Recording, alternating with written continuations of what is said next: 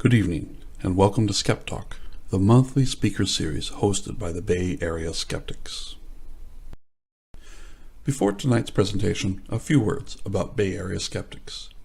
As North America's oldest skeptical organization, we are dedicated to promoting critical thinking, logic, and rational thought.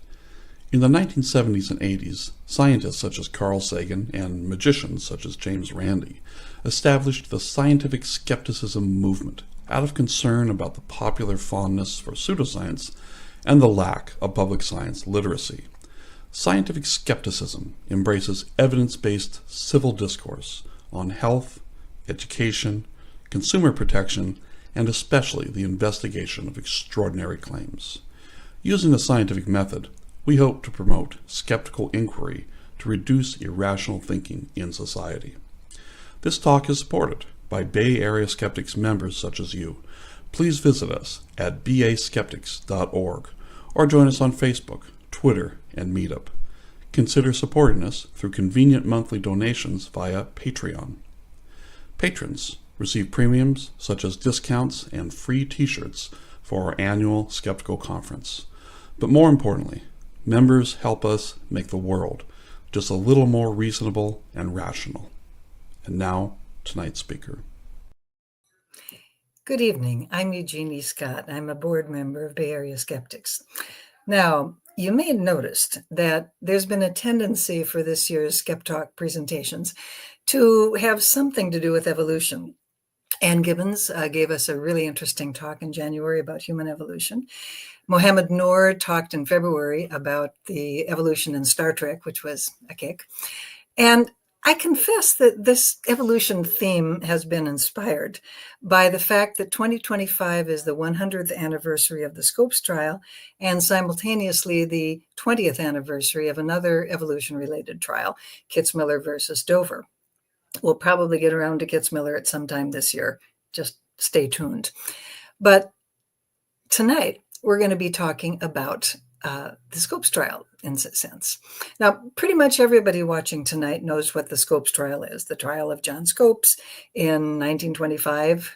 If you didn't know that, you know that now, about the teaching of evolution, et cetera, et cetera, et cetera. And most of you know that it was a big deal. It's been called the trial of the century. A lot of trials have been called the trial of the century, but this really was the trial of the century. It was hugely important.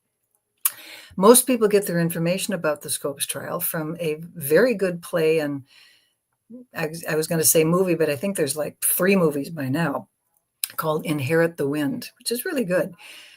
But it's not really about the Scopes trial. There's a lot of mythology about the Scopes trial. And our speaker tonight is going to explain some other mythology surrounding the trial, including attitudes towards eugenics, which was another very important cultural issue of the day in addition to evolution.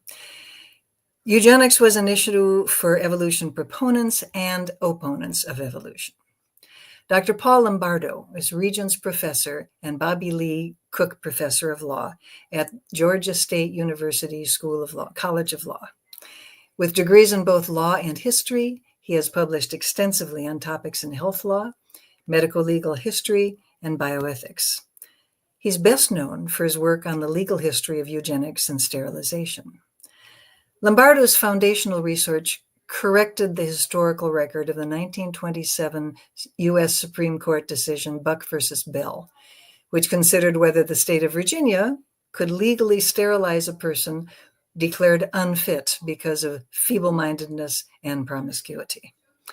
In his best-known book, 3 Generations, No Imbeciles, Eugenics, the Supreme Court, and Buck v. Bell, he discusses this case from a legal and historical perspective.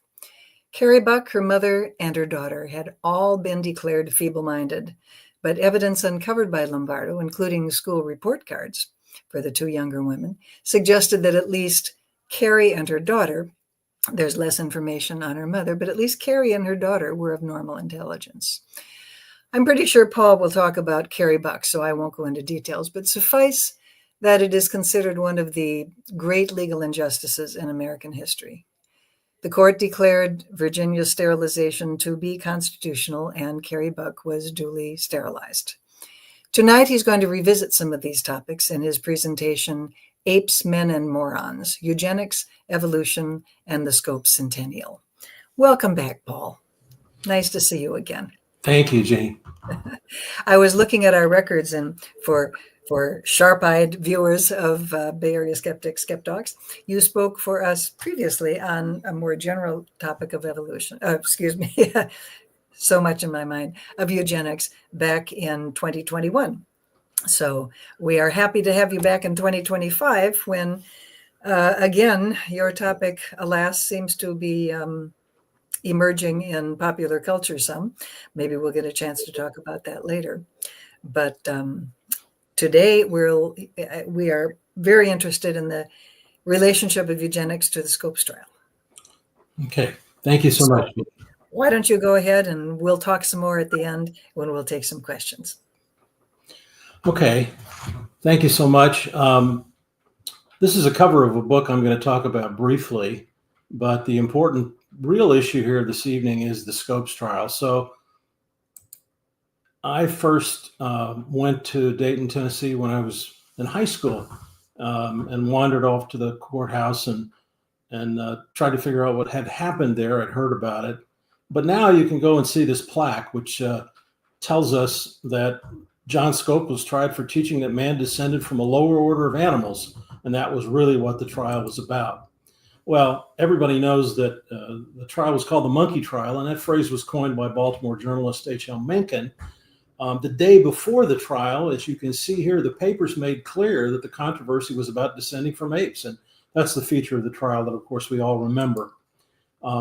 And that led me to think about Ernest Hooton. Hooton was an anthropology professor at Harvard who wrote both professional and popular books that discussed ideas like evolution and eugenics. And the most memorable among them was a book entitled Apes, Men, and Morons. Here's the cover of the book.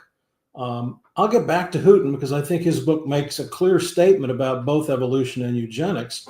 Hooton's certainly not one of the heroes here, but he does straddle the fence between evolution and eugenics and tell us what he thinks they are. We're here to talk about Scopes, so I want to lay out what was said about evolution at the trial and what was actually at stake at Dayton. I also want to make it clear from the outset that this trial was not about eugenics, a word like evolution that evoked a variety of different images in 1925, as it still does today, but it was never the focus of the law that prohibited the teaching of evolution. Hooton's work details that point, but so does all the other evidence we have, from the records of the trial to the public statements of the many other people who, while clearly against the account of evolution that had monkeys turning into men, did not object to eugenics as a general proposition.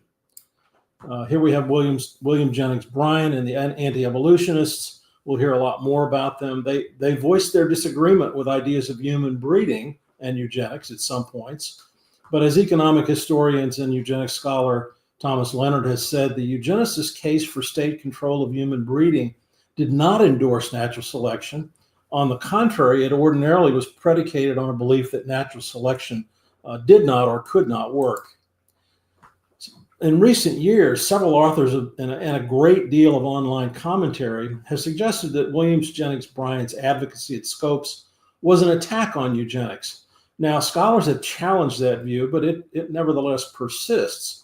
It's part of a more expansive use of eugenics as the epithet of choice for people who wish to condemn public policies with which they disagree, particularly in areas of science and more specifically in the area of reproductive rights. And I'm going to present a few examples to show how that misidentification of those two ideas is played out, and start with the book that has actually done the most to correct the record about what really happened at Dayton in 1925, and that is Edward Larson's prize-winning Summer for the Gods, which first came out in 1997.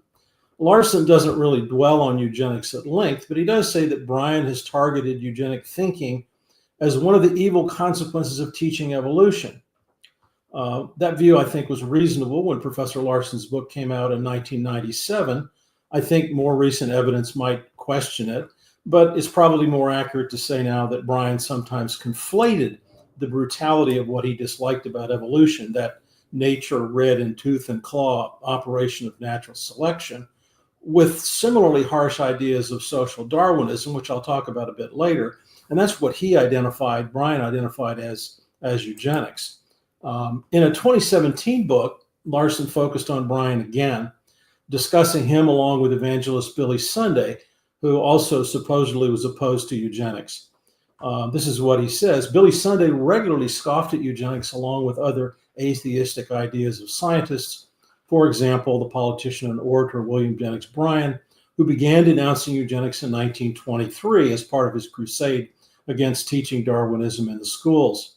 Well, I think it's true that Bryan did mock scientists in his speeches and sermons, and he sometimes criticized eugenic leaders like Charles Davenport, but he didn't really condemn eugenics in general terms, nor for that matter, the policies that it came to represent.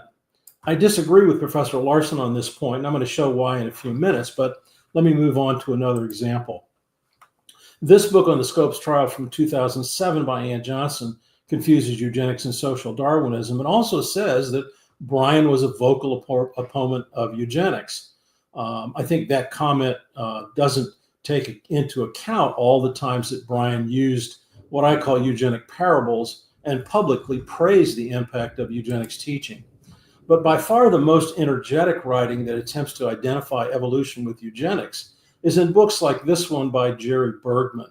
Bergman is an associate of the Institute for Creation Research. His latest work focuses on how, according to him, modern genetic science refutes evolution and confirms biblical accounts. He says that the teaching of eugenics was at issue in the Scopes trial was obvious to those who understood what eugenics was all about. Well, writers like Bergman uses several different kinds of evidence to make a connection between Scopes, evolution, and eugenics, and I want to go over each of these in turn. But first, let's look at the law that the case revolved around. This is the text of that law. It is clearly about teaching evolution. It says right there in its preamble that it prohibits the teaching of evolutionary theory. And it's even more clear about the specific evil it was meant to eradicate, which is denying the biblical account of creation and teaching that man descended from lower animals. Now, if you look closely here, you'll see there's not a word about eugenics in this law. This is the book John Scopes, who was, of course, the defendant, the teacher, who was supposedly teaching teaching genetics and evolution. This is the book that he used in his science course. Its discussion of evolution was a focal point in the trial, and the boys from Scopes' classroom were called to tell the court what they had learned about evolution. And what they learned, of course, had to do with Charles Darwin and his book on the origin of species by means of natural selection. The thesis of that book was discussed at length at the Scopes trial, and they read this quote into the record, saying the great English scientist Charles Darwin explained the theory of evolution, which is the belief that simple forms of life on the earth slowly and gradually gave rise to those more complex, and that thusly ultimately the most complex forms came into existence. Well, the prosecutors read that phrase. They also focused on this chart that showed the upward development from simple-celled organisms through worms and insects and fish and birds and then mammals. One account of the trial by a person who attended actually said that when Bryan, looking at this chart, questioned whether man was a mammal, Clarence Darrow, ever the showman, decided to punctuate the moment by falling off his chair. Hunter's book, Civic Biology, also describes what was meant by heredity and eugenics. There are several pages on eugenics in the book. Some take this to be good evidence that the Scopes case was also an attack on the teaching of eugenics, but actually nothing in this passage that I'm showing here, which talks about people marrying different kinds of folks and bringing down various diseases, infectious diseases to their children. And it ends by telling us the science of being well born is called eugenics. We see in the title, this was a module in which students were supposed to learn about methods of improving the human race by eugenics. Well, I want to take a closer look at what eugenics was, first so that we're all on the same page, but also to show that it really wasn't challenged at the trial. This, of course, is Francis Galton. his definition of eugenics, coined in 1883 in this book, all the influences that tend in however remote a degree to give to the more suitable races or strains of blood a better chance of prevailing speedily over the less suitable than they otherwise would have had. Well, that's quite a mouthful, but it all comes down to the same thing. There were other definitions of eugenics, but the one thing that it certainly conveyed was embedded in its name from the Greek, to be well born. Galton said that eugenics was a way to replace natural selection by other processes that are more merciful and not less effective. That was in a book that he published in his memoirs in 1908. In the American context, eugenics was also focused on the rules of heredity developed by Gregor Mendel, the famous monk who gave us the pea plants and the laws of heredity that went with them. But this was the message that eugenics was most identified with over time: the necessity for preventing the steady increase of the defective classes. The message was conveyed by contemporary propaganda like this: every second $100 of your money goes to the care of people with bad heredity, such as the insane, feeble-minded, criminals, and other defectives. There was often an emphasis on the costs of institutionalization for the disabled, particularly people with mental illness. And so here are headlines from 4 different states over a series of years, all saying the same thing. Because taking care of disabled people was expensive, the economic motive was never far from the surface. Better breeding through tax cuts was a common eugenic mantra. And here we see that same theme in a headline more than a year after the Scopes trial: eugenics is the way of cutting costs of government. We also remember all the ways that eugenic thought made its way into American law. These are the categories that law fell into. There were over 100 specific statutes passed by the states and the federal government that invoked eugenic policies. As you can see, they included the marriage restriction laws prohibiting people with disabilities from marrying, the so-called eugenic marriage laws, which required tests for sexually transmitted diseases so that they could not be passed down to children before marriage, the racial integrity laws prohibiting interracial marriage, the famous immigration restriction law, which we've just marked the 100-year anniversary of last year, which prohibited people from Eastern Europe and Southern Europe from coming over, primarily Jews and Italians, and was in place for more than 40 years. It also re-emphasized the exclusion of Asians from America. The Prohibition Amendment, about which relatively little has been said in terms of eugenics, but which William Jennings Bryan credits with passage. And then finally, the sterilization laws, which most people have heard about, under which some 65 to 70,000 people were officially sterilized in over 30 states for the better part of a century. These laws are the evidence of the incitement to moral panic that succeeded. And that panic was about the costs of poverty, of criminality, and of disability. This is what we remember. This is what we associate with eugenics, particularly in light of some of the most openly bigoted legislation that was ever passed in the United States. And that is why eugenics is a dirty word.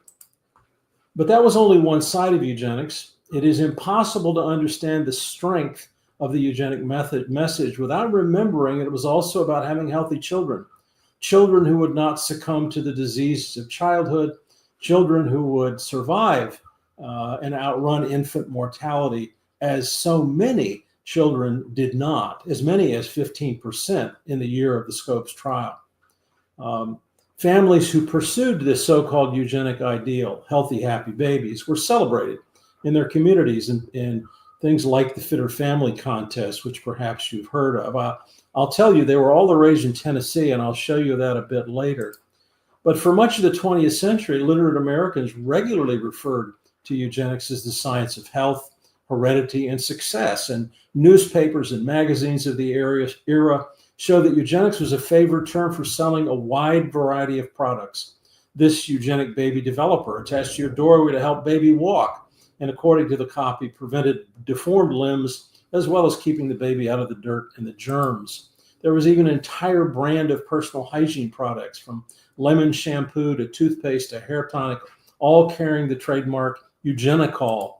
There were eugenic beauty aids, eugenic medicines, eugenic motor cars, eugenic soft drinks, eugenic diamonds, and even eugenic dolls. So with messaging like that, it's not surprising that Puck, the American magazine of humor and satire, said in 1913, eugenics makes the world go round. And in the broader population, these ideas, on one hand, health and hope and aspiration, on the other side, hate and fear and bigotry, these captured the attention of an enormous group of prominent, noteworthy people who at one time or another, in different forms and for widely divergent reasons, embraced the goals that were part of that so-called eugenic ideal. Eugenics generated support among scientists and medical leaders, and the informal headquarters for what we now know as the eugenics movement was the Eugenics Record Office at Cold Spring Harbor, New York. And you can see on its first scientific board of directors, it included people like the inventor of the telephone, Alexander Graham Bell, and the first dean of the School of Medicine at Johns Hopkins, William Welch, Thomas Hunt Morgan, who won the first Nobel Prize for Genetics in 1933. They joined other famous scientists on the board.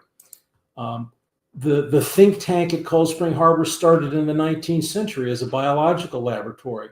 In 1904, it opened a station for experimental evolution and eventually developed a sub-office called the Eugenic Record Office in 1910. People studying evolution also thought of ways that natural evolution might be blocked by social processes.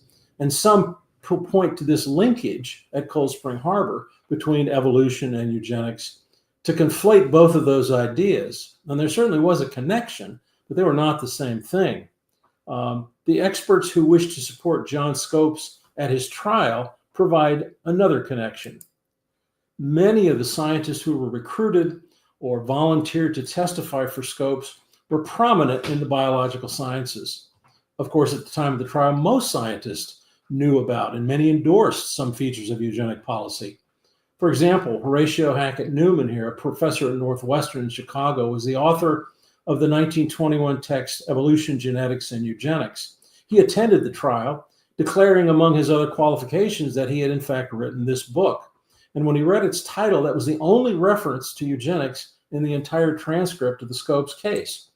Before the trial, he wrote 2 chapters in this book discussing how evolution was under attack, but he never once mentioned eugenics as a part of that account. In his printed expert comments, Newman talked in some detail about mechanisms of heredity, but he never referred to eugenics. Samuel Holmes of UCLA published this volume in 1923, a rather broad survey of the complexity at the time of evolutionary theory, and he also talked a lot about eugenics in his book. It was also part of the title. But when he issued his report after the trial, he was chair of the American Association of University Professors Committee that was formed to address the threat of laws that outlaw the teaching of evolution, and yet there's no mention of eugenics in his report. So it's true that many supporters of evolution also wrote and taught about eugenics, but they also wrote about Mendel's laws of heredity, and they also wrote about the declining birth rate. For that matter, they wrote about cellular mitosis, but none of those were part of the Scopes trial either. Another point that is often made to link evolution and eugenics is the term social Darwinism. Survival of the fittest and social Darwinism were phrases used by philosopher Herbert Spencer, actually in most cases before the word eugenics had even been coined. Social Darwinism meant to most people that dog-eat-dog feature of nature, which should be allowed to persist in society so that the weak would simply die out in competition. Well, what did the eugenic scientists who went to Tennessee to testify think of that idea? From the earliest days of eugenics, both in England and America, there were people in that camp, disciples of Galton, who disagreed with the idea of social Darwinism and argued persistently that it was not what eugenics meant. Nevertheless, Bryan argued that social Darwinism was a logical consequence of Darwinism. To be fair, some scholars like Thomas Leonard have made persuasive arguments that even Spencer did not believe that as the meaning of social Darwinism, but that's for another day. Edward Conklin at Princeton was also on the ACLU's list of possible witnesses, and here's a book that he wrote on heredity and environment. And this is what he said about the relationship between evolution and eugenics.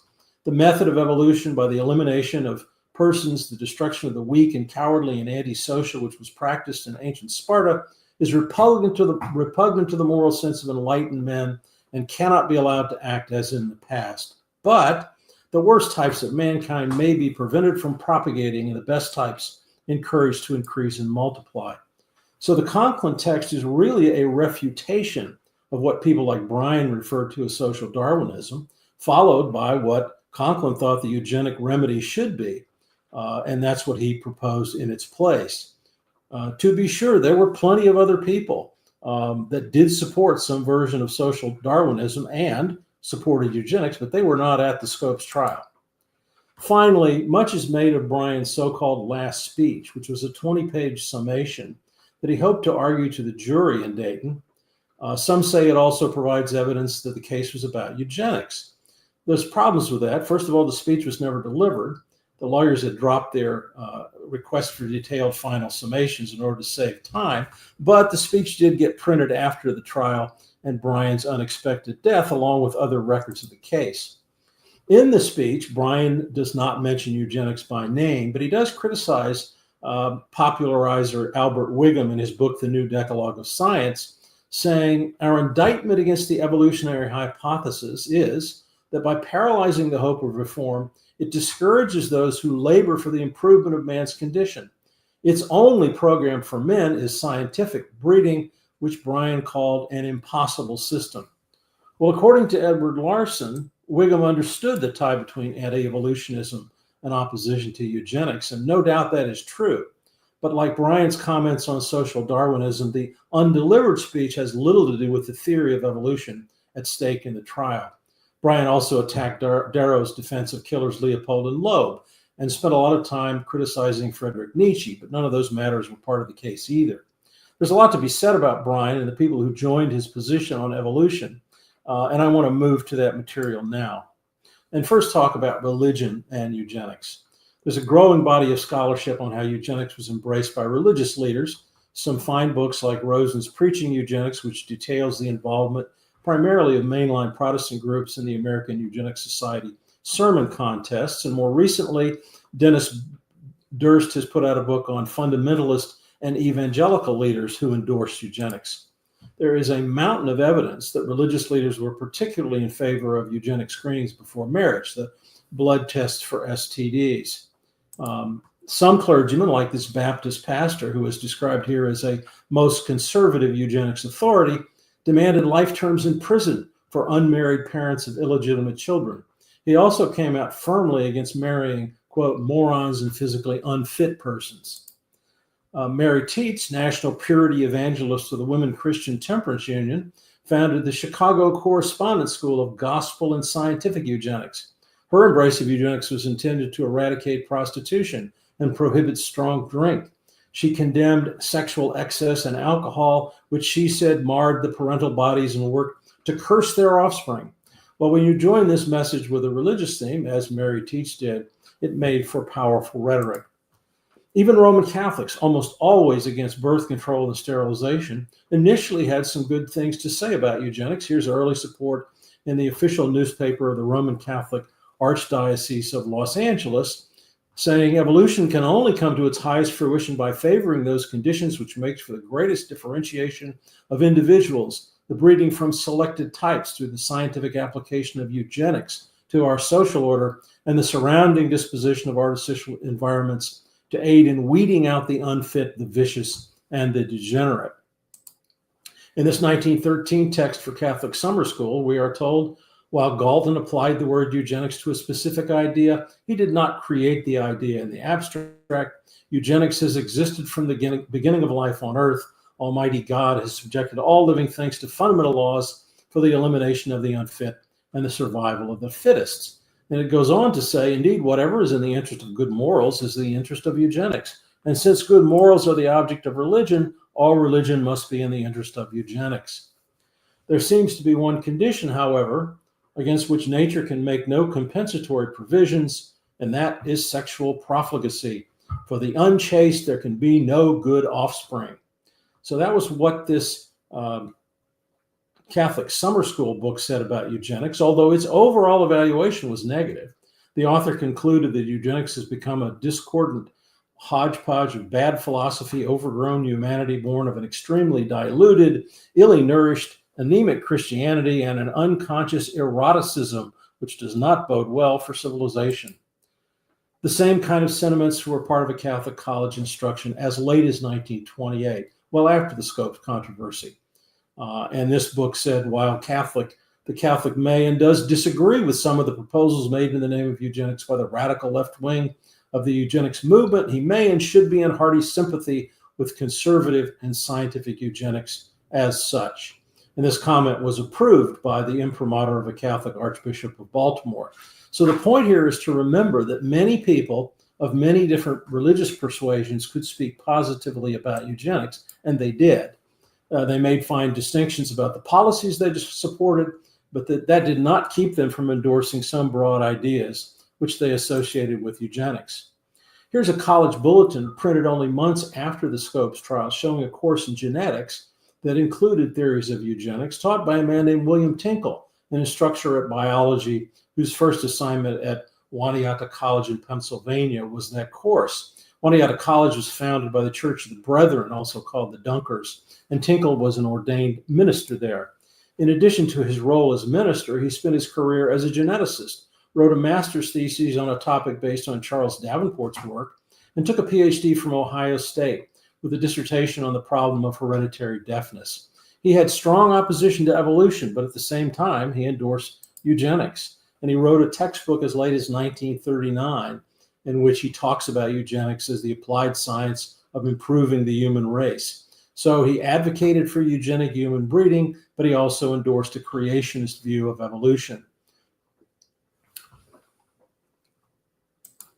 Interestingly, he went on to found the Creation Research Society, an organization dedicated to scientific research based on the Bible, according to this article. He apparently saw no particular contradiction in being for eugenics, but against evolution. Now, I want to get back to the Scopes trial and that textbook, Civic Biology, that figured so prominently. Out of more than 440 pages in that book, there are about 7 pages on evolution and 5 pages on eugenics. Most of the pages on eugenics involve a retelling of the story of the Jukes, a 19th century study that was required reading for anyone who studied eugenics. The Jukes account is very important because it provides a touchstone for what people thought about policies of eliminating the so-called unfit by limiting their reproduction. The story was based on a family in New York's Hudson River Valley. The mother of the clan was known as Margaret, the Mother of Criminals, but for his book, Richard Dugdale renamed her Ada Jukes and described her descendants as people who depended on charity or lived in the poorhouse or received outdoor relief or welfare. They were also regularly in trouble with the law, and many were inmates of the state prison system. The verse most recited to link eugenics with the Bible was taken from the account of Moses delivering the 10 Commandments, in which he says, I, the Lord thy God, am a jealous God, visiting the iniquity of the fathers upon the children unto the third and the fourth generation. So the idea of tainted families cursed with hereditary defects that were the result of some kind of eugenic original sin fueled the growth of eugenic thinking in the United States and was used to condemn the poor, the diseased, and the socially outcast, and was often used in support of eugenic legislation.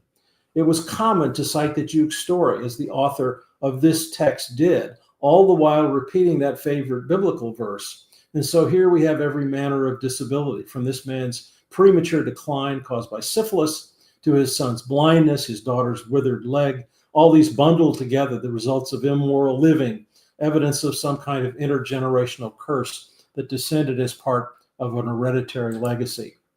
In a Hunter textbook examined at the Scopes trial, the Jukes story was illustrated by this pedigree chart showing how disease and defect runs in families, alcoholism, sexual immorality, feeble-mindedness, all cascading through the generations. And this was actually taken from the work of Eugenics Record Office Director Charles Davenport.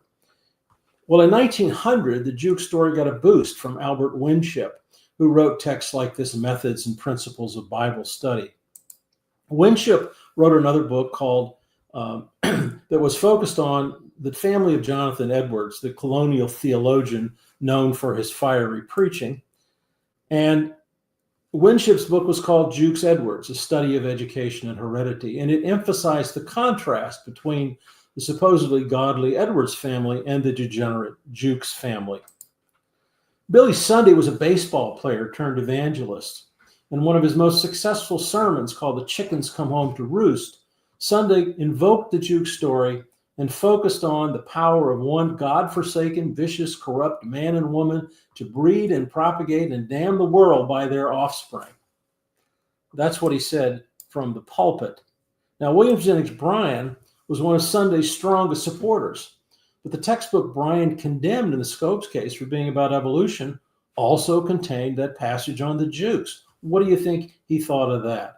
Well, other evangelists were critical of Billy Sunday because they considered him crude, sensationalistic. He used slang. He ran onto the stage and slid across it as if he were scoring from third in a baseball game. Bryan, on the other hand, praised Sunday's famous sermon. Comparing the Jukes and the Edwards family, he says he draws the comparison between the Jukes and the Edwards. It's as a classic in rhetoric and a battering ram in energy. Well, evangelists like Billy Sunday were directly connected to the Scopes trial. Sunday held an 18-day revival in Tennessee to help with this passage of the anti-evolution law. A Senate committee in Nashville had rejected the anti-evolution bill earlier, but after his revivals and sermons in Memphis that drew crowds totaling some 200,000 people, the committee reversed itself and the law was eventually passed. And of course, this is what Sunday had to say in his sermons there in Memphis in support of evolution. I will go with you in all your social service, in your sociology, in your doctrine of eugenics, and in any and all movements for the good and uplift of humanity, provided you give Jesus Christ his rightful place in all of these. Well, that's what he said about eugenics from the pulpit. The anti-evolution prosecutors liked it so much that they thought Billy Sunday would be a good witness, and they invited him down to testify, eugenics or not. He didn't go. Other evangelists like Amy Semple McPherson out in California appeared in Memphis to preach almost a decade after Sunday. She debated an avowed atheist on the topic of evolution in a contest that was headlined as God versus the Gorilla, and she claimed to be advocating for a federal law against the teaching of evolution in Washington. She endorsed eugenic sterilization to avoid the sight of horrible misshapen creatures which dragged themselves about the streets, as she said. And she echoed the Supreme Court opinion in Buck versus Bell, claiming, I have seen 3 generations of idiots in my own temple, and there's nothing to protect us from a 4th. In the name of all that is kind and good, she said, we should prevent those unfortunates from coming into the world. She praised Mussolini, a man who has really done things, she said, but she opposed birth control. Sterilization is fine, she said, but I cannot see birth control in the works of God. Well, Bryan appeared with and supported McPherson as he did Billy Sunday. Bryan may have wanted to vanquish evolution from the schools, but he had no trouble endorsing eugenics from the pulpit. Another strong piece of evidence about Bryan's support of eugenics is his wife's role on the board of the National Society for the Promotion of Practical Eugenics in Washington, D.C., which campaigned for immigration restriction, prohibition of marriage among those with disability or others who were living on charity or receiving state assistance. And at the same time, they applauded sterilization for the good of the community and to make the stock better. Well, it is highly unlikely that the woman who, according to Bryan's biographer, managed his correspondence, helped prepare his speeches, edited his articles, and on occasion even negotiated with his fellow politician, the woman whom he described as my faithful helpmate, a woman who was trained, by the way, as a lawyer, would have publicly endorsed such a breadth of eugenic policies had Bryan objected. And this article shows how close she was with members of the eugenics establishment, like Charles Davenport and John Hurdy, the doctor who helped pass Indiana's first in the country sterilization laws. They were correspondents and allies. She was also a member of the Women's Christian Temperance Movement. The Women's Christian Temperance Union took up the banner of eugenics for the prohibition fight. At this meeting, a speaker proposed, soon the teaching of eugenics will be a vital part of every religion.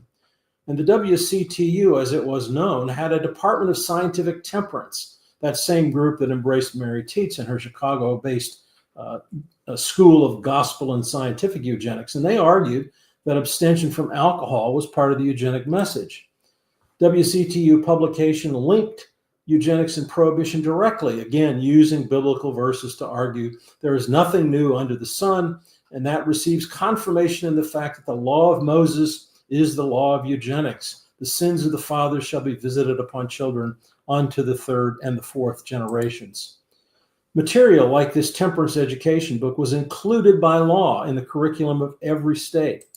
And during the Prohibition battle, Caleb Saleeby, a disciple of Francis Galton, a famous author of a eugenic book, joined Bryan on a speaking tour to advance the message of temperance, moving through Tennessee to North Carolina and then to Washington, D.C. So Bryan, the anti-evolutionist, joined Saleeby, the British eugenics expert, as it says in this headline, in fighting for prohibition, even though Saleeby was well known as someone who had publicly endorsed radical reforms like eugenic sterilization. Well, prohibition became law in 1920.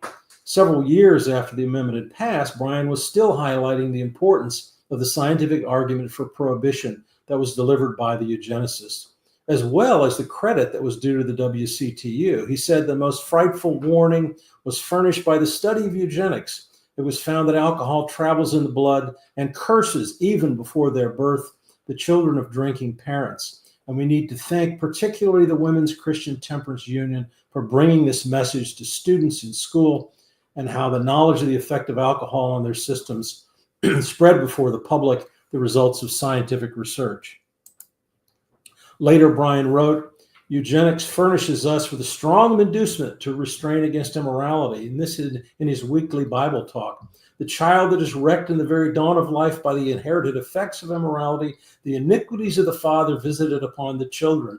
This has sometimes been criticized as cruel, but it is needed as a warning to parents and offset by the mercy shown to the children of those who keep God's commandments. Well, this gives us some insight into what Bryan thought about eugenics. He and his wife had been applauding eugenic ideas for decades. But what about Darrow? He fought to allow teaching evolution. What about eugenics?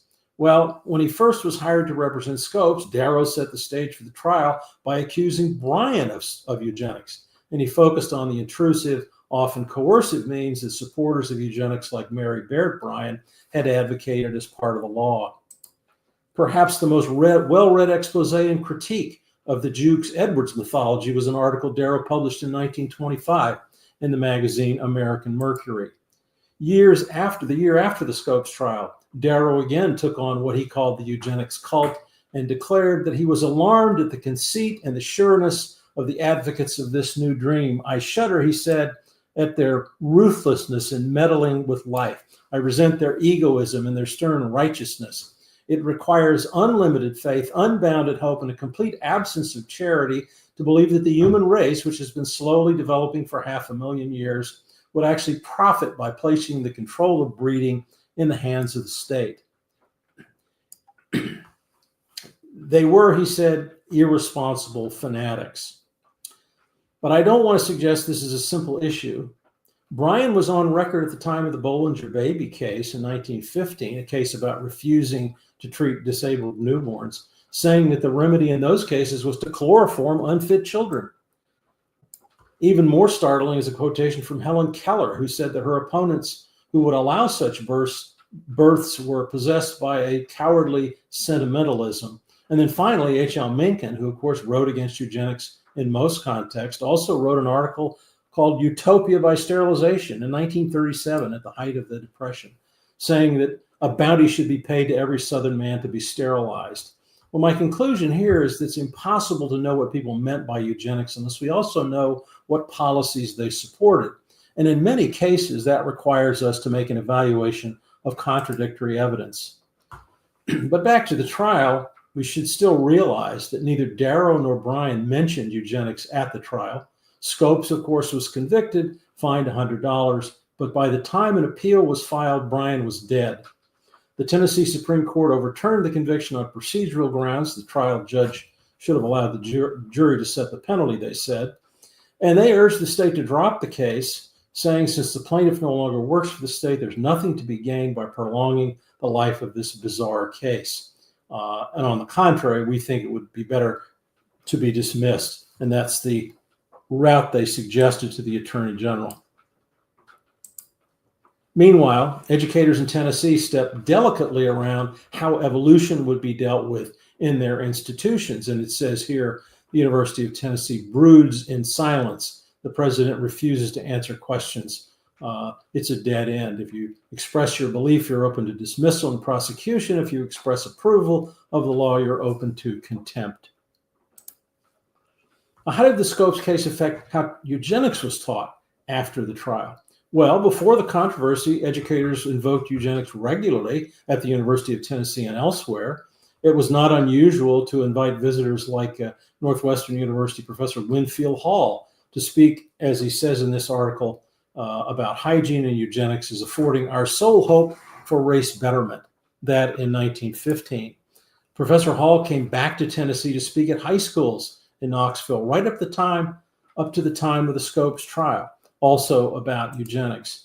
After the Scopes conviction, nobody hesitated to book the American Eugenics Society Fitter Families contest with its distinct educational touch for the East Tennessee Fair. And according to this article, hundreds, the eugenics examination of the American Eugenics Society in the interest of increasing the quality of human stock and eliminating the public burden of caring for defectives caused hundreds of visitors to the fair to stop and think. So unlike the teaching of evolution, the teaching of eugenics continued in Tennessee, and for that matter, all over the country, without regard for laws that condemned the teaching of evolution. And there was no limit to places where that teaching went on: the high schools, the colleges, the universities, by state-supported faculty members, and by public employees. They did not fear running afoul of the evolution law because they did not identify evolution as identical to eugenics. And if that weren't enough to show how eugenics was thought of in Tennessee, Governor Austin Peay, who signed the evolution bill into law in 1925, wasn't well during the trial, and he spent that time at a sanitarium in Battle Creek, Michigan, as a special guest of Dr. John Harvey Kellogg, the cornflake magnate, who incidentally in 1906, along with Charles Davenport of the Eugenics Record Office, founded the Race Betterment Foundation, which became a major center of the eugenics movement in America. Austin Peay was mourning for William Jennings Bryan, who had died in an untimely way, but at the time he was taking the cure in Battle Creek at the site of 3 different race betterment conferences, presided over by Dr. Kellogg, who was one of the most prominent eugenic boosters in the country. Now I want to return to where I began. I wondered, what did Ernst Houghton, an expert both in evolution and eugenics, have to say about those two topics? Well, his most popular book, Apes, Men, and Morons, in 1938, made it clear in one page under the title, The Primate's Progress, Monkey to Man to Moron. Evolution, he said, brought man to his modern form, rising up from the primordial ooze to the higher primates like monkeys and apes, and then to Homo sapiens. That's what Houghton said. But since reaching this level of development, civilization did not allow evolution to act, thus leading to a proliferation of lower quality men who would otherwise have perished if nature had run its course. The moron, a term coined by eugenist Henry Goddard to designate someone who had previously been labeled as feeble-minded, a deficient brand of human, who now threatened to crowd out the healthy, productive types of humanity. That's who Houghton was referring to in his book title. So there you have it in a phrase. There was evolution, and then evolution was thwarted. The remedy, to which Houghton notes in his summary to this book, is what he calls a biological purge that eugenics will provide when the birth rate of the best is allowed to overcome the birth rate of the worst. That understanding of the operation of eugenics as a corrective of the natural selection that modern life had yielded, or the unnatural selection that modern life had yielded, is the proper context for discussing those two ideas at the time of the Scopes trial. And by 1921, as the Second International Congress of Eugenics was meeting in New York, said in its logo, eugenics was the self-direction of human evolution. So to conclude, Bryan wanted the state to determine what could or could not be taught in schools. Darrow disagreed. Darrow did not want the state telling people what to think, and as his writings later made clear, he was more concerned that the eugenists would pass laws that would allow the government to control who must or must not have children. To be clear, I am not claiming here that the scholars I disagree with or the journalists who may have echoed them are the myth makers that I am rejecting. I want to clarify, how is it that we can explain the distortions in history? Well, there are several reasons, but I think probably the most important is that there has been a determined effort to use eugenics as a way of smearing people who support science and a way to claim the high ground for people who have a fundamentalist idea both of religion and government. And this habit persists even up to the United States Supreme Court, as I have written in other contexts. Nevertheless, it is still true that contempt for the poor and the diseased and the different remains a part of our current political landscape, and those who revived the parable of the Jukes today sound a very clear echo of that toxic strain of eugenic propaganda. Like their spiritual ancestor, William Jennings Bryan, they rely on eugenic themes and arguments, but unlike Bryan, they now trumpet their abhorrence of that dirty term eugenics. I'm going to stop there and thank you for your attention. I'll take your questions. Thank you very much, Paul. I was busily writing lots of notes because I always love your talks and I always learn so many things from them. And I scarcely know where to begin, but I'm going to ask you a couple of questions anyway before we turn it over to people watching us on YouTube.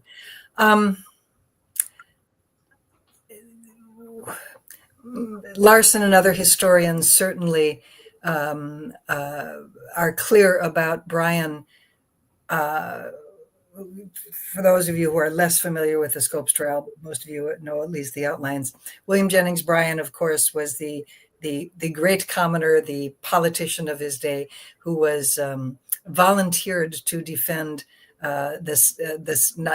volunteered to serve on the state's legal team prosecuting John Scopes. And of course, he was opposed by by Clarence Darrow, who was this monumental lawyer of the day, a liberal, a freethinker, a colorful character in his own light and larger than life, much in the same way that Bryan was larger than life. So this was one of the reasons why this was the trial of the century, is that the two most famous politicians in one sense in the country were squaring off against each other. And it was on this newfangled thing called a radio, and was broadcast to a large number of Americans who by that time had established, who had gotten radios themselves and were being part of this new technology. But anyway, most scholars are fairly comfortable with the idea that Bryan did associate evolution with lots of social Darwinist things. That evolution, I'm not given Bryan's religious views, which were old Earth and not terribly strongly special creationist. He was not a biblical literalist in the sense of today's modern anti-evolutionist, but he did believe that the consequences of evolution were very detrimental. And you're nodding, so I think we're on the same page here. But I always thought that evolution was kind of tossed into that bag of bad stuff. Eugenics was tossed into that stuff of bad stuff, kind of conflated and mixed up with the social Darwinist problems. Of course, those were not Darwin's view, but am I wrong to think that? Or no, I think that you're right. I think that, and this if you read the scholars who have written about this in detail, and Ed Larson's one of them, he makes it clear that Bryan would often give long harangues in which he'd list all the things that he was against. Not an unusual tactic.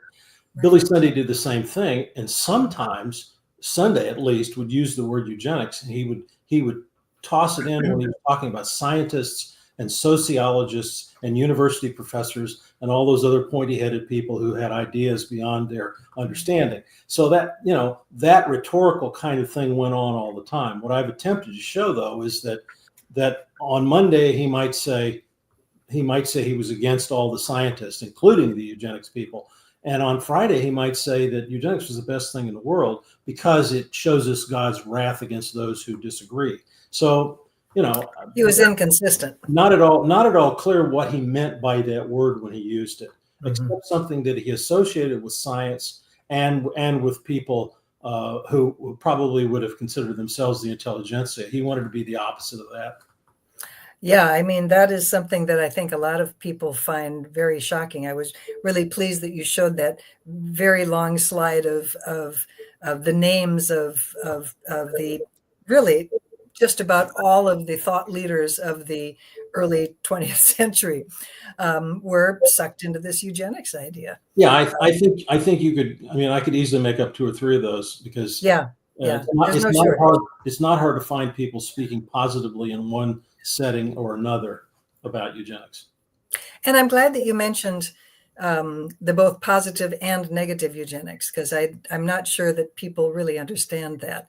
And there were some people, Billy Sunday, who really, and many of the others you talked about, who were really leaning hard on negative eugenics. In other words, keeping the unfit from reproducing, sterilizing them or whatever.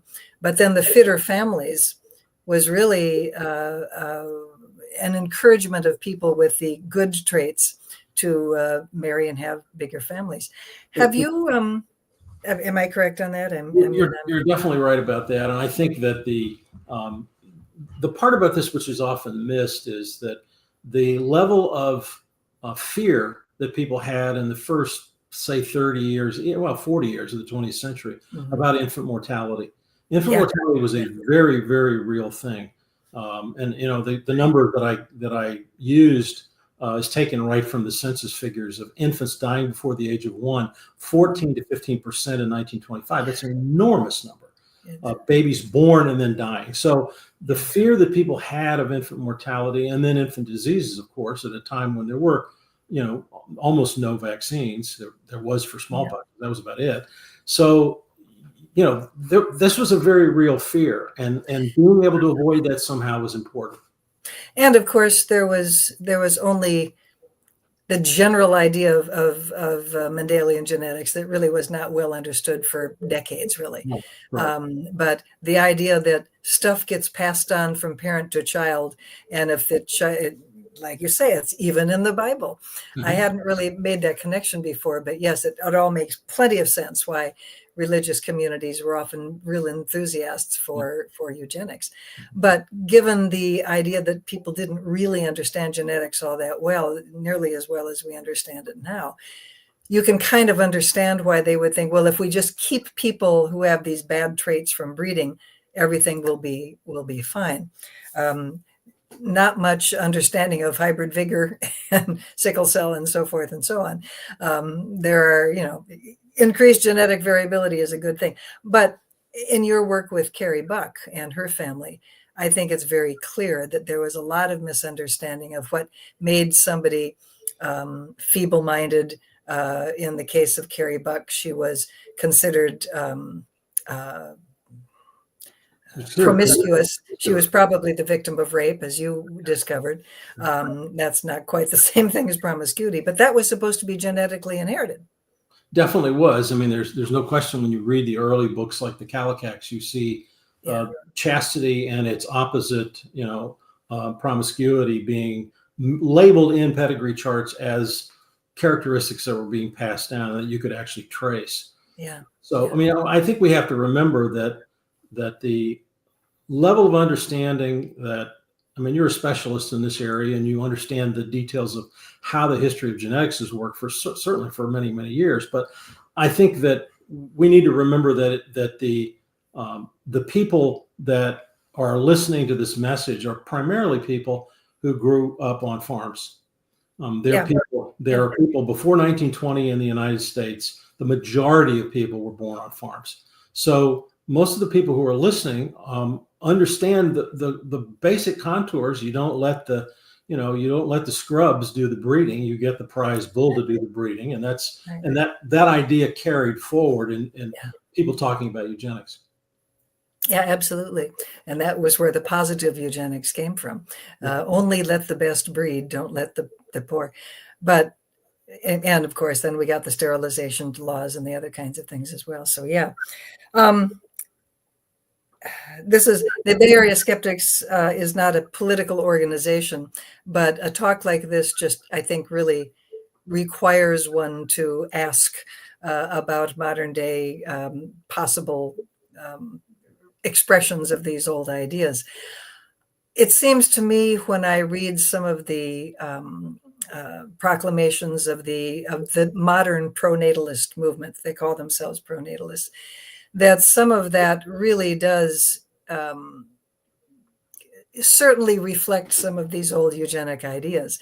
The idea that there aren't enough people in the world, so people ought to have more children. In general, in my reading of a lot of this literature, it's sort of smart white people aren't having enough children. It's not a problem in the United States to have enough population. We just merely need to let immigration happen, and we have lots of people to do the work. But the idea that of the right people having children seems to be part of that pronatalist enthusiasm. And of course, some of the white nationalists are very clear about this. I prepared a couple of slides for some talks that I've given, showing them berating white college educated women for not staying home and having children, and instead going out and having careers. This is considered to be bad for the gene pool. Well, this is an argument that's really, really old. If you read the newspaper between 1910 and 1915, for example, you would have seen, earlier than that even, you would have seen Teddy Roosevelt going on at great length about how they should shut down the women's colleges. And he had lots of debates with people about this. And he said exactly the same thing. He said, these girls shouldn't be over there studying books. They should be home having babies. Every year that they're in college is one less year that they can be a mother. So the pronatalist argument for more, as Roosevelt said, more Anglo-Saxon babies is a very, very, very old argument. We've been through this before. The Immigration Restriction Act in many ways was a response to that kind of an argument. Keep everybody else out, especially the people who are not white, the Asians, and those swarthy Mediterraneans and Jews.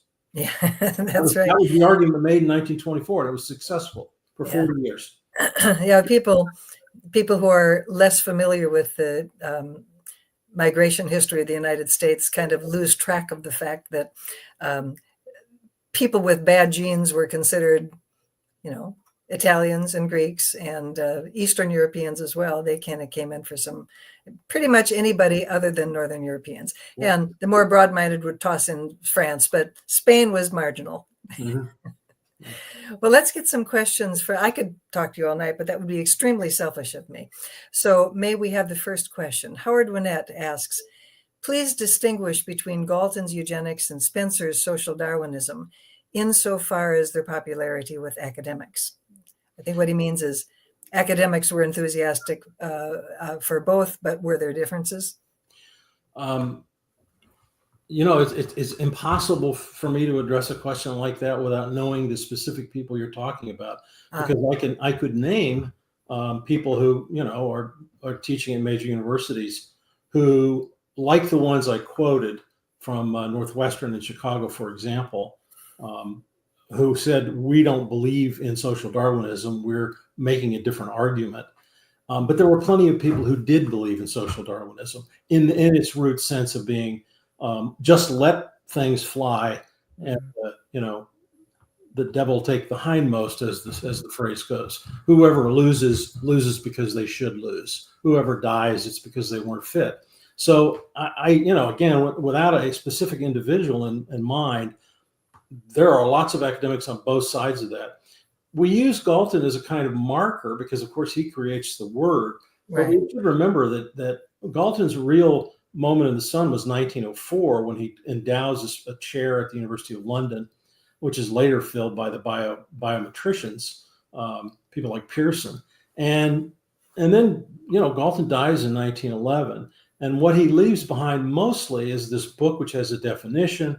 He did lots of other things. I'm not gainsaying his accomplishments, but most people don't. Most people ignore what he said in that long definition, precisely because it's so long and involved. I mean, it could contain anything. So what it means by eugenics to me is what I was pointing to. What does the public think eugenics means? And it means one of these two things. It means healthy, happy babies and fitter families contests. And it may also mean let's keep the defectives out. Let's keep them out by immigration. Let's not let them have any children, and the like. Yeah, positive and negative. There you go. I was fascinated because this is a piece of it that I had missed in my understanding. The point that you made about how eugenics was often couched in terms of saving tax money. That we will, keep the unfit from reproducing so that we don't have to keep them on welfare, as it would be called today. Yeah. Well, that is a term that I think Jay and I are thinking identically. Yeah. He asks, perhaps more cogently than I did, can you explain the thinking behind better breeding through tax cuts? I don't understand the implied connection. If you realize that in the 19th century, many states developed more elaborate bureaucracies because they were growing. They had more people. They had more technology. They had transportation. They had things like motor cars that nobody had ever had, and they had to be regulated. Otherwise, you'd have complete chaos. Government grew as a result of the growth of population, and the costs of government started to include things like the institutions that have been founded, many in the 19th century, asylums to take care of people who had mental illnesses, sanitaria for all kinds of people with tuberculosis and other diseases, foundling homes for orphans and babies who had been left, and then, of course, welfare systems, which had been around forever. We've got a long history going back to Britain that informs that. All of these things cost money. And much of that money came from the government. And so the argument was, we should be closing down these institutions, not making them bigger. We should be closing down the prisons. Crime is something that's passed down in families. If we just sterilized all the criminals, there wouldn't be any more of them. If we just sterilized all the people with mental illness, there wouldn't be more of them. If we just went after people who are having illegitimate children and not let them have any more by sterilizing them, we wouldn't have to take care of their kids. That's what is meant by the headline, better breeding through tax cuts. We will cut taxes when we eliminate the people who generate the taxes. That's what that headline meant. They don't have to take care of them. Right. My people ask me, is there any short way of thinking about eugenics? And the only way that I think about it is in a two-word phrase, which is it's either sex or it's money. People who are very, very much against expressions of sexuality of any kind, Anthony Comstock comes to mind, and who are really tied into the idea of generation, of childbirth, of all the things that are on that list of laws that we made to be against. So that's the sex part. The money part is the rest of it. Why should we care? We should care because a world that is pure and that has none of these defective people in it, they said, will be a world in which we won't have to pay taxes because it'll work by itself. It won't need government. Or so we hope. Yeah. Larry Paris asks, are forced sterilizations still going on in the U.S.? If yes, any idea on which states are in the forefront? Are such laws still on the books? The laws that were passed between 1907 and 1937 as part of the eugenics movement, and which pretty much everybody agrees covered at least 32 states in some countings. Those laws have all been repealed. The sterilizations still go on, and there is a controversy about how often, but we don't have official records for it because it's not something that happens publicly. There are arguments made that sterilizations are still going on to people with mental disability, and from time to time a case will surface. There usually, at least in the last 10 years, there haven't been any legal challenges to that, except in cases that happened in prisons in California some 10 years ago, and then with the Immigration and Naturalization Service in South Georgia and some other places, there were questions of whether forced hysterectomies or forced sterilizations had happened in those cases. But there is no official record of which states are doing sterilizations now. There are probably about a dozen states in which it's possible to go to court and get a court order. And that supposedly is something that is done for the medical interest of the individual involved. You know, I don't know if I ever told you this story, but back in the 70s, I had a research project in Appalachia in Kentucky, and became very friendly with a couple.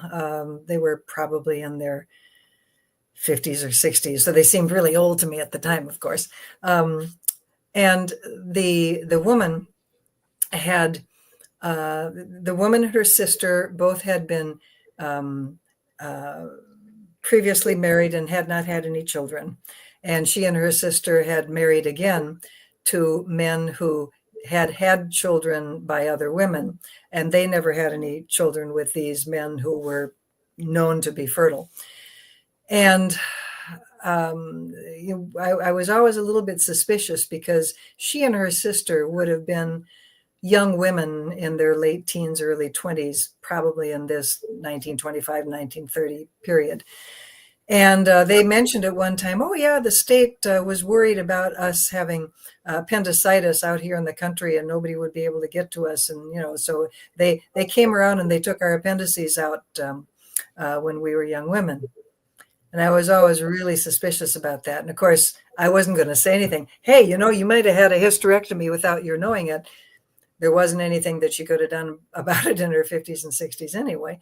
But I was always very suspicious. I think there was a lot of harm done. These two women were not, were not mentally deficient in any way. They were not terribly highly educated, but there's a big difference between being stupid and ignorant. They might have been uneducated and thus ignorant about a lot of things, but they certainly were not stupid. They were perfectly normal and not brighter than average. But somebody made the decision that Appalachian women were not as fit as those women who were in the cities. And there were programs where physicians would go through and say, let me take care of this possibility, because, appendicitis can kill you. So we'll just take your appendix out. Yeah. And while they were there, they cut a couple tubes, I suspect. Yeah. Anyway, may we have another question, please? Unless you have a comment on that.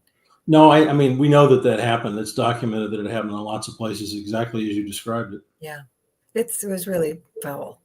Stuart asks, were there examples of arguments for eugenics being compared and justified with humankind's long history of selective breeding of both animals and farmed plants too? Absolutely. That argument was made directly and straightforwardly in this country from about 1905 on. If you went to school, there's a terrific book by a good colleague of mine, Stephen Selden, called Inheriting Shame, in which he's a historian of education, and he cataloged all the textbooks that were used in the early first half of the 20th century in the United States in which eugenics was taught. And it's almost always using this argument. We know how to manage our plants, our crops. It turns out Luther Burbank was a very strong supporter of eugenics. Oh, yes. And we know how to pick the right sheep and cows and horses and chickens and get the best result. And that's what we should be doing with humans as well. Mm-hmm. That argument was made almost in those same terms. And of course, that was an enthusiasm of the Nazis, who actually acquired a lot of their information and enthusiasm for eugenics from American scholars and intelligentsia from the early part of the 20th century. Yeah, it was a mutual admiration society between the American eugenicists and the Nazi eugenicists. Yeah, more's the pity. One more question from Russell Rowe. Have you looked into any of the contemporary advocates of eugenics, such as some of the people associated with the rationalist movement? I don't know what the rationalist movement is.